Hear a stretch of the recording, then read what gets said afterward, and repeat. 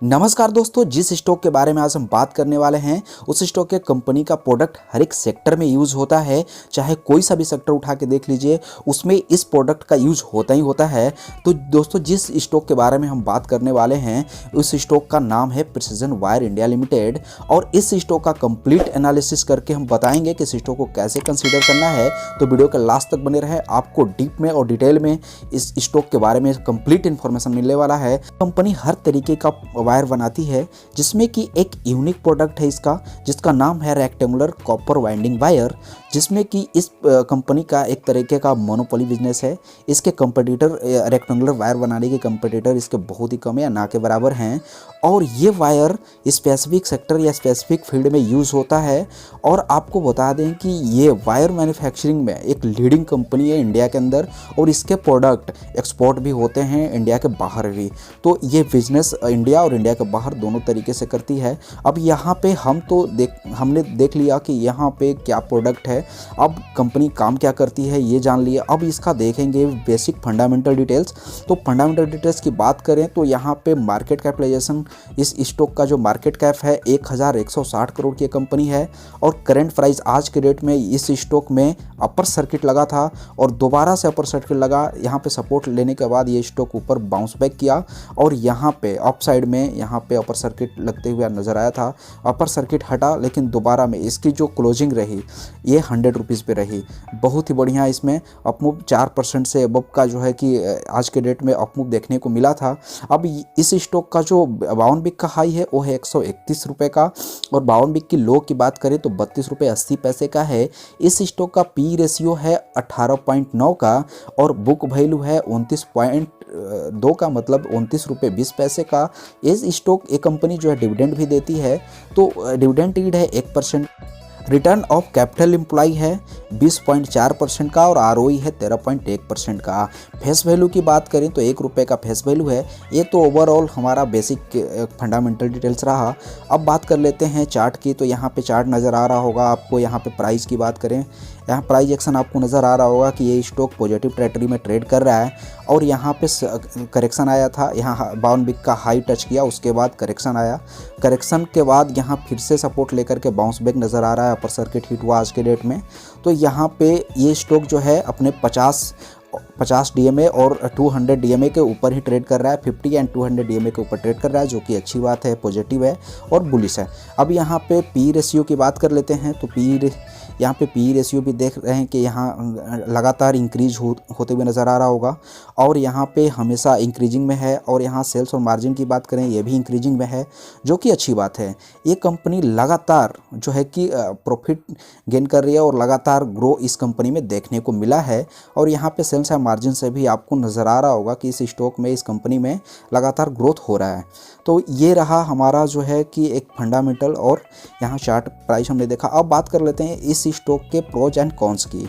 तो प्रोज की बात करेंगे, सबसे पहले प्रोज देखेंगे तो यहाँ पे देखेंगे कि कंपनी ऑलमोस्ट डेट फ्री है, और ये कंपनी जो है expected to give good quarter. अब यहाँ पे जो रिजल्ट इसके आए हैं क्वार्टर टू क्वार्टर अच्छे रिजल्ट हैं, और आगे आने का जो एक्सपेक्टेशंस है रिजल्ट का वो भी अच्छा है, और अच्छे रिजल्ट की उम्मीद की जा रही है। और कंपनी जो है अपने पूरे के पूरे डिविडेंड भी देती है, और डिविडेंड पे आउट को भी 24.15% बरकरार रखा है। ये तो रहे इसके प्रोज। और कॉन्स की बात कर लेते हैं तो company has a low return on equity. तो ये लो रिटर्न दी है पिछले 3 सालों में। इसका कारण ये रहा कि इसमें जो है कि कंपनी ने अपने आप को एक्सपेंड भी किया, और इन्होंने अपने पैसे को, जो भी उनका प्रॉफिट था या जो भी उनका रेवेन्यू था, उस रेवेन्यू को अपने एक्सपेंशन में यूज़ किया है। पे कॉन्स कोई इंपॉर्टेंट ऐसे कोई कॉन्स नहीं है जो कि इस स्टॉक के लिए बहुत ही बड़े डिसएडवांटेज वाली बात हो। तो यहाँ पे कॉन्स उतने तगड़े नहीं नज़र आ रहे हैं, बट प्रोज में हमको एक सबसे बड़ा जो प्रोज नज़र आ रहा है वो है डेट फ्री। अब इतना छोटा स्टॉक, इतनी छोटी कंपनी, और यहाँ पे डेट फ्री है ऑलमोस्ट, तो उस हिसाब से इस स्टॉक को कंसिडर किया जा सकता है। अब तो ये हमने देख लिया यहाँ पे। अब क्वार्टरली रिजल्ट की बात करें यहाँ पे, तो क्वार्टर टू क्वार्टर देख ही रहे हैं कि इस कंपनी ने लगातार ग्रोथ किया है। यहाँ पे आपको साफ साफ नज़र आ रहा होगा। और लास्ट क्वार्टर का रिजल्ट यहाँ दिसंबर 2021 का रिजल्ट भी यहाँ नज़र आ रहा होगा आपको। एक्सपेंसेस में मैंने बताया कि एक्सपेंसेस में कंपनी बहुत ज़्यादा खर्च करती है। तो यहाँ देखिए 705 करोड़ का सेल्स आया, जिसमें कि 670 करोड़ का इसने एक्सपेंसेस किया। अब ये तो रहा। अभी ऑपरेशनल प्रॉफिट की बात करें तो 35 करोड़ का रहा एक क्वार्टर में। अब यहाँ पे प्रॉफिट बिफोर टैक्स, यहाँ नेट प्रॉफिट की बात करें तो 18 करोड़ का प्रॉफिट रहा।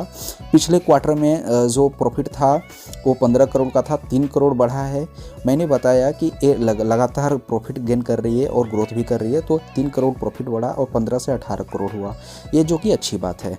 अब ये तो रहा हमारा क्वार्टर टू क्वार्टर रिजल्ट का, हमने देख लिया परफॉर्मेंस। ये ईयरली यहाँ पे देखेंगे कि यहाँ ईयरली यहाँ के इसके रिजल्ट हैं और क्या सेल्स रहे, क्या एक्सपेंसेस रहे, ऑपरेशनल प्रॉफिट क्या रहा, ये आपको नज़र आ रहा होगा। मार्च 2021 का यहाँ पे शो हो रहा है और यहाँ पे टोटल यहाँ पे TTM भी नज़र आ रहा होगा। यहाँ पे आपको नज़र आ जाएगा नेट प्रॉफिट कितना रहा है अब अभी तक का 61 करोड़ का, और यहाँ पे देखेंगे 39 करोड़ का पिछले ईयर मार्च 2021 का। अब यहाँ पे ये कंपनी जो है डिविडेंड भी देती है, यहाँ पे 29% का डिविडेंड पे आउट भी है, इसका नज़र आ रहा होगा आपको। यहाँ पे कंपाउंडेड सेल ग्रोथ भी आपको यहाँ नज़र आ रहा होगा, 10 ईयर, 5 ईयर, 3 ईयर का। और यहाँ पे देखेंगे 80% का इसमें ग्रोथ नज़र आ रहा होगा। कंपाउंडेड प्रॉफिट भी आपको नज़र आ रहा होगा। यहाँ पे टोटल प्रॉफिट की बात करें तो आपको 105% का नज़र आ रहा होगा। यहाँ पे स्टॉक प्राइस, यहाँ पे CAGR देखिए, एक इम्पोर्टेंट होता है CAGR। एक साल का CAGR की बात करें तो 177% का है, जो कि बहुत अच्छी बात है। यहाँ रिटर्न ऑन इक्विटी की बात करें, रिटर्न ऑन इक्विटी ROE, यहाँ पे देखिए ये भी इंक्रीज हुआ है, लास्ट ईयर 13% और यहाँ पे 3 ईयर का 14% है। और यहाँ पे देखिए और आगे भी यहाँ एक्सेप्ट ये किया जा रहा है कि आगे बहुत ज़्यादा बढ़ेगा। तो ये बैलेंस शीट भी आप देख सकते हैं। यहाँ बैलेंस शीट की यहाँ पे बात करें तो सितंबर 2021 का लास्ट यहाँ बैलेंस शीट आपको नज़र आ रहा होगा इस स्टॉक का, इस कंपनी का। यहाँ पे आप देख लीजिएगा उस हिसाब से, या स्क्रीनशॉट लेकर के भी आप चेक कर सकते हैं। टोटल एसेट्स वगैरह है, यहाँ पे देखिए, यहाँ ये भी इंक्रीज हुआ है, ये भी नंबर इंक्रीज हुआ है। कैश फ्लो भी आप देख लीजिएगा, यहाँ पे कैश फ्लो भी है, मार्च 2021 का लास्ट यहाँ अपडेटेड है। और यहाँ पे 61 करोड़ का कैश फ्लो जो कि इंक्रीज हुआ है पिछले साल मार्च 2020 में 48 करोड़ का था और मार्च 2021 में 61 करोड़ का, जो कि अच्छी बात है। यहाँ पे कुछ कैश फ्लो निगेटिव में शो हो रहेंगे इसलिए क्योंकि एक्सपेंसेस में इन्होंने अपने कैश को यूज़ किया है। और यहाँ पे आपको यहाँ बहुत सारे डिटेल हैं, आप स्क्रीनशॉट लेकर के भी देख सकते हैं। अब यहाँ पे अगर बात करें बाकी चीज़ों की, यहाँ पे ये भी है डिटेल आपके लिए, अगर यूज़फुल है तो आप इसे भी देख सकते हैं, बट मैं इसे थोड़ा स्किप कर देता हूँ और शेयर होल्डिंग पैटर्न की बात कर लेते हैं। ये इंपॉर्टेंट पार्ट है। यहाँ पे बात करेंगे प्रमोटर्स की होल्डिंग्स की, तो 59.67% प्रमोटर्स के पास होल्डिंग है, जो कि इस बार एक न्यूज़ भी आया था और इसका प्रमोटर्स की होल्डिंग इंक्रीज भी हुई है, जो कि बहुत ही अच्छी बात है। यहाँ पे 1 भी % जो है कि इसका शेयर प्लस नहीं है, जो कि बहुत अच्छी बात है। यहाँ पे देखिए FIS का भी डेटा इंक्रीज हुआ है, FIS की भी शेयर होल्डिंग बढ़ी है इसमें, और 0.58% इक्विटी जो है FIS के पास है। इसमें DIS का डेटा शो नहीं हो रहा है, DIS इसमें है बट यहाँ कोई प्रॉब्लम हो सकता है। बट यहाँ बात करें पब्लिक के पास तो 39.75% का डेटा पब्लिक के पास है। अभी अपडेटेड नहीं है क्योंकि ये दिसंबर 2021 का शो हो रहा है।